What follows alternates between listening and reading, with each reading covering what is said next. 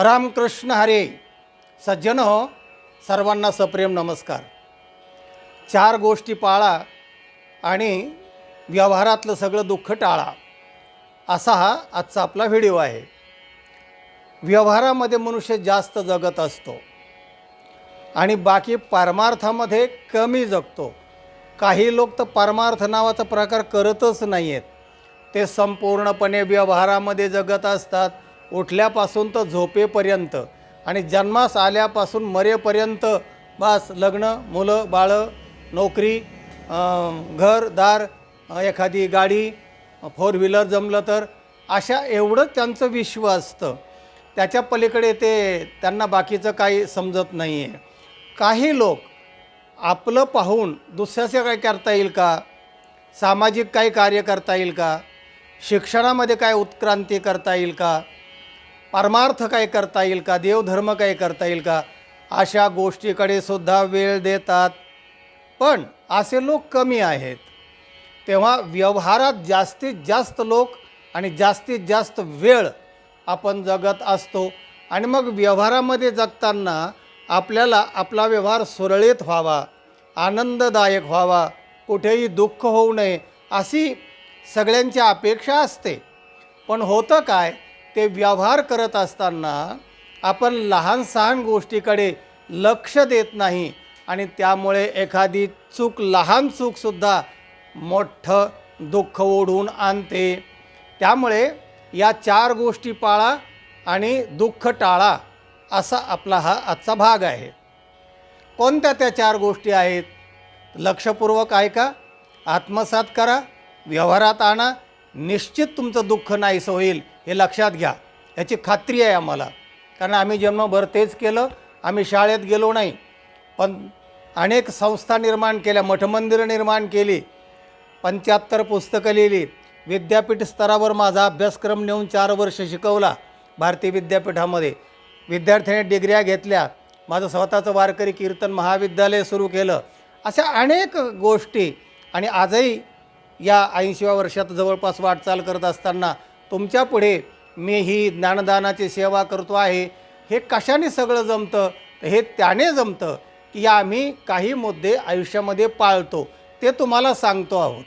अनुभवाचे बोल याला म्हणतात. वेळ वाचवा आणि सदुपयोग करा, याच्यावर माझे 150 विचार आहेत. 75 पुस्तकं आहेत, 4 पुस्तकं सुविचारावर आहेत. एक विचार माणसाच्या जीवनाला कलाटणी देऊ शकतो, प्रेरणा देऊ शकतो. तेव्हा असं वैचारिक जीवन जगणं, आणि ते ज्ञानाशिवाय होत नाही. तेव्हा हे ज्ञानाचे जे मुद्दे आहेत, व्यावहारिक मुद्दे आहेत, हे 4 मुद्दे पाळा आणि तुमचं जीवन आनंदमय करा, सुकर करा. कोणते जे 4 मुद्दे आहेत? पहिला, काम जेव्हाच्या तेव्हा करा. लहानपण असतं, काही वेळ खेळायला दिला पाहिजे, खिलाडू वृत्ती असते. पण इतकं खेळ खेळू नका की आपल्या शिक्षणाचा खेळ खंडोबा होईल. आमचा झाला. लहानपणी आम्हाला गोट्याचा खेळ नाद होता आणि शाळा बुडवायची. पहिल्यांदा शाळेत महिनाभर गेलो असं सारखं, आणि मग शाळेतच जायचं नाही. मास्तराने वडिलांना सांगितलं शाळेत येत नाही. मग काय करतो, तो गोट्या खेळतो. वडिलांनी मारलं तरी पण शाळेत जात नाही. मग जा म्हणलं गुराकडे, आणि मग गुराकडे खेळच ना होतो. तो पाट्या, चेंडू, लगोऱ्या, काय नाना प्रकारचे खेळ. आणि मग ते शिक्षणाचा खेळ खंडोबा झाला. साध्या गोट्या आता तर खेळ, आता शेकडो खेळ झालेत आणि ते राष्ट्रीय पातळीवर त्याला महत्त्व आलेलं आहे. पण त्या राष्ट्रीय पातळीवर जाण्यासाठी आपल्यात तेवढं शक्य आहे का, योग्य आहे का, आवश्यक आहे का, ते पहा आणि मगच त्या खेळामध्ये जा. नाही तर आपल्या शिक्षणाचा खेळ खंडोबा होईल. मुलं बघा, आता आले की बस शाळेतून आले की दप्तर खाली टेकले की बॅट हातामध्ये घेतात, चालले इकडं. रस्त्यालासुद्धा गाड्या अंगवर येतात का, काय होतं का, ग्राउंड तर तिकडंच राहिलं.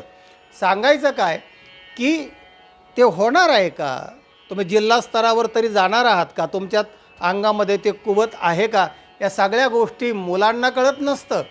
पालकांनी लक्षात ठेवलं पाहिजे याच्यामध्ये हे गट्स आहेत का, आणि मगच त्याला त्या विषयात प्रगती करायला सांगितली पाहिजे. नाही तर खेळ हा शिक्षणाचा खेळ खंडोबा करतो, हे माझा अनुभव आहे. तेव्हा विद्यापीठ स्तरावर मी अभ्यासक्रम नेले, मान्य केले विद्यापीठाने, मी शिकवलं जाऊन, मलाच नेमलं त्यांनी, या सगळ्या गोष्टी झाल्या. पण माझ्यासारखे सगळे होतील असं नाही. शाळेतनं जाणारा माणूस हे करू शकतो, पण सगळं घरदार सोडून, सगळं सोडून समर्पित बुद्धीने एकाग्र होऊन मी हे केलं तेव्हा ते होतं. असं सगळ्यांना जमेल असं नाही आहे. तेव्हा खेळावर माझा थोडासा कटाक्ष आहे की माझा खेळ खंडोबा झाला, माझा अनुभव आहे, तर खेळ जरा जपून खेळा, हे मला सांगायचं आहे. पालकांनी नीट लक्षात घ्या. तेव्हा काम जेव्हाच्या तेव्हा करा. या मुद्द्यावर खेळ लहानपणी खेळायचा असतो. खेळतात मुलं. तुम्ही जरी नाही खेळायला लावलं ना, तर लहान लहान मुलीसुद्धा खेळ खेळत असतात. भांडे खेळतात, बाहुला बाहुली खेळतात. ते सगळे लहान लहान खेळ जे असतात ना, गोट्या, होतो पाट्या वगैरे, ते जुने खेळ. आता खेळाचा प्रकार बदललेला आहे. तेव्हा जेव्हाच्या तेव्हा जर खेळ आपण खेळलो नाही, लहानपणी शिक्षण पण करायचं असतं, तेव्हा जर आपण शिक्षण केलं नाही, अगोदर खेळ बघा. एक 80 वर्षाची म्हातारी 85 वर्षाच्या मैत्रिणीला म्हणते, अगं गंगूबाई, आपण जरा भांडे खेळू. ती म्हणले, अगं बाई, मी 80 वर्षाची, तू 85 वर्षाची, आता कुठं म्हणले बाहुला बाहुली खेळू आणि भांडे खेळू, हे काय सुचलं आहे तुला? ते म्हणले, नाही गं, तसं नाही गं, माझं का नाही लहानपणी खेळायचंच राहून गेलं बघ. म्हणजे आता 85व्या 80व्या वर्षामध्ये खेळाचा रस निर्माण होईल असं नाही, आणि लोक त्याला चांगलं म्हणतील किंवा बक्षिसन पारितोषिक देतील असं नाही. म्हातारड्या बिघारड्या म्हणतील, बघा काय सुचले, बाहुला बाहुली खेळतायत, हास्यास्पद ठरेल. तेव्हा ज्या वेळी करायचं काम जेव्हाच्या तेव्हा करा, याच्यावर मी बोलतो आहे. तेव्हा खेळ लक्षपूर्वक खेळा. शिक्षण लहानपणी करायचं ना, तेव्हा शिक्षणाकडे लक्ष द्या. आणि जर का शिक्षणाकडे लक्ष दिलं नाही, आणि जर का शिक्षण झालं नाही, तर पुढे काय होतं मग? एखादा वकील येतो, आणि तुमच्यावर खटला भरावा लागेल, तुम्ही असं केलं आहे, तसं केलं आहे, हे केलं आहे, ते केलं आहे, आणि मग आपण घाबरून जातो. आणि मग काय करायचं असं होतं. कारण आपण जर लहानपणी शिकलो असतो, तर आपण वकिलाच्या कायद्याला आणि कलमाला भिलो नसतो. कारण आपणही वकिलाचा अभ्यास केला नाही ना, आणि आपण आज्ञेनेच राहिलो, अंगठा बहादर. तर ज्यावेळी आपण त्यावेळी जर शिकलो असतो, तर फौजदार झालो असतो, समजा वकील झालो असतो, तर त्याला पण म्हणलं असतो आपण, मी पण वकील आहे, मला काय वकिली शिकवतोस, मी पण फौजदार आहे, जा तुला काय कोर्टात जायची ते. कारण आपल्याला ते माहिती असतं, आणि माहीत नसल्यामुळे मग लोक हे गैरफायदा उठवतात, ते साहजिकच आहे. तेव्हा शिक्षण हे लहानपणी लक्षपूर्वक काळजीपूर्वक करा. समजा काही कारणामुळे आपल्याला ते शिक्षण जमलं नाही, गरिबी आहे, पालक आपले नीट नसल्यामुळे जमलं नाही, जसं माझं पालक नीट नसल्यामुळे त्याने दम देऊन पाहिलं आणि विषय पुढे सोडून दिला. पण त्याने जर सिरियस घेतलं असतं, तर मला शाळेत जाऊन मी आज एखाद्या मोठ्या महाविद्यालय किंवा विद्यापीठाचा कुलगुरू असतो. सांगायचा मुद्दा काय की त्या क्रमाने मी गेलो नाही ना. विद्यापीठ स्तरावर मी शिकवलं असेल, पण मी कुलगुरू नाही होऊ शकलो मोठ्या प्रसिद्ध विद्यापीठाचा. मी महाविद्यालय काढू शकलो माझ्या विषयाचे. तेव्हा सांगायचा मुद्दा असा की त्या वेळेला जर त्या क्रमाने आपण गेलो नाही, तर मग आपल्याला पुढे अडचण येऊ शकते. एखादा आपल्याला जर दम देऊ लागला, है की मी फौजदार आहे, तू असं केलंस, तू तसं केलंस, तर आपण घाबरून जातो. आपण शिकलो नाही, आपल्याला कळत नाही, आणि मग तशा माणसाचे हे लोक गैरफायदा जास्त उठवतात.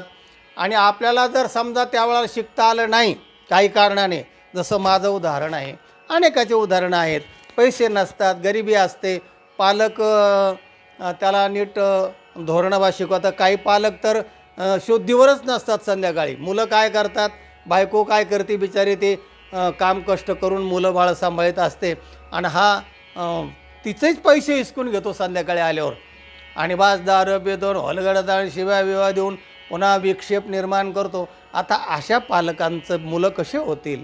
काय तो लक्ष देणार मुलाकडे, आणि काय करणार? तेव्हा अशा काही कारणामुळे जर समजा शिक्षण झालं नाही, आणि झाला तो काळ निघून गेला, आपण मोठे झालो, तर मोठे झालो तरी परमेश्वराने प्रत्येक वेळी प्रत्येक माणसाला एक संधी दिलेली असते. पहिली संधी काही कारणाने आपली चुकली, लहानपणी आपल्या खेळामुळे म्हणा, अन्य काही कारणामुळे म्हणा, शिक्षण झालं नाही, फौजदार होता आलं नाही, वकील होता आलं नाही. पण आपल्या मुलाला शिकवा, ही दुसरी संधी आहे.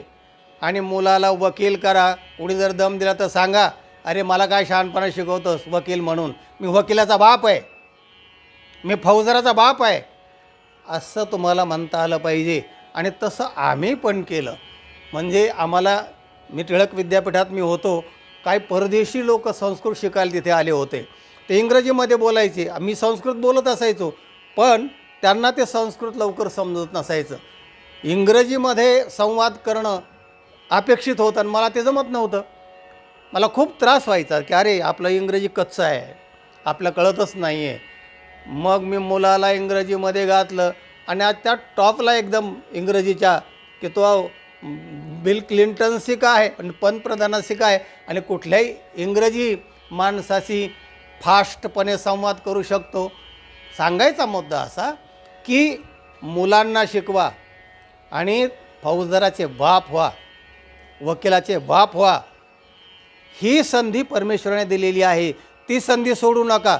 संधी हेरा आणि ती बरोबर तिच्यावर षटकार मारा.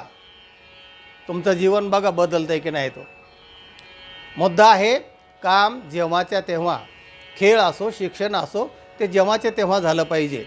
मुद्दा दुसरा, काम जसेच्या तसे करा. ज्या पद्धतीने लिहायचं त्याच पद्धतीने लिहा.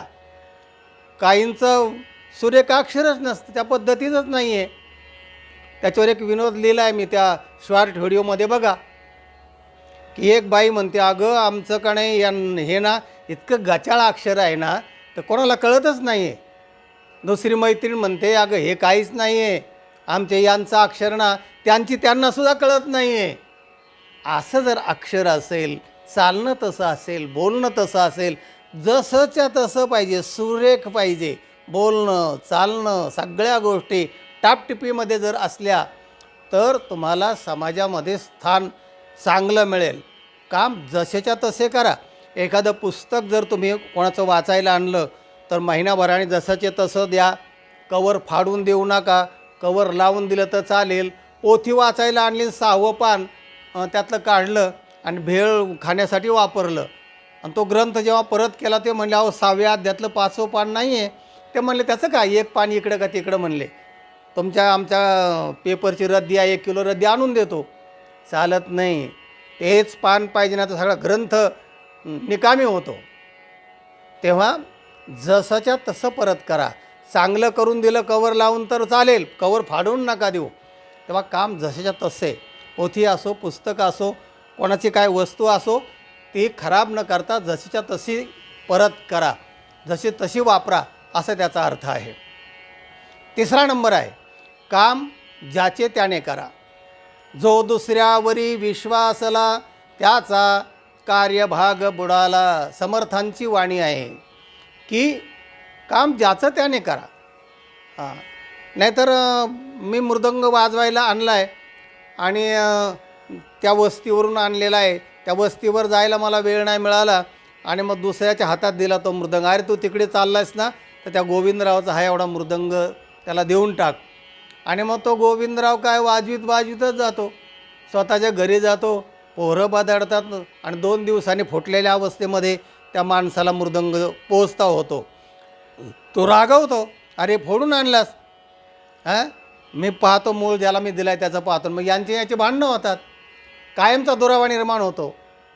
हाच मृदंग वाजून जसाच तसा आपण स्वतः परत केला असता.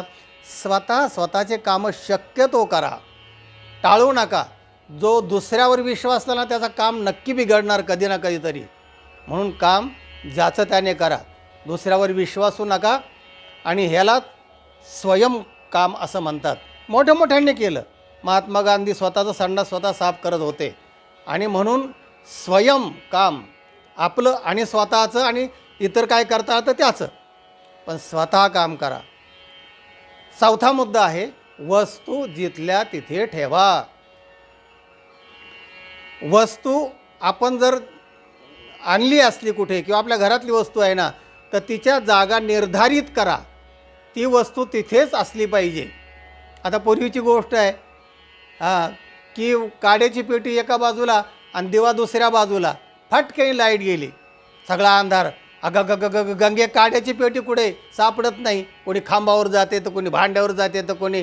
आणि तुला काय सांगितलं होतं, आणि काड्याची पेटी जागेवर नाही ठेवता येत का? जागेवर ठेवली पण दुसऱ्या जागेवर ठेवली आहे. काड्याची पेटी सापडणार नाही. अंधारात काय होईल आणि किती धडक बसेल सांगता येत नाही.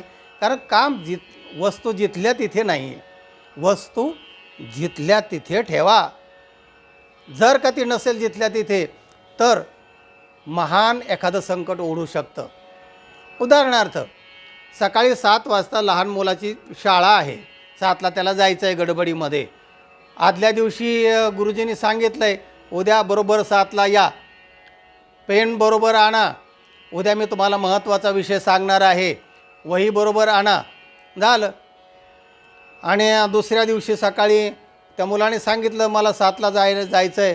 आईला सांगितलं, मग आई गडबडीने त्याची ती पिशवी भरली.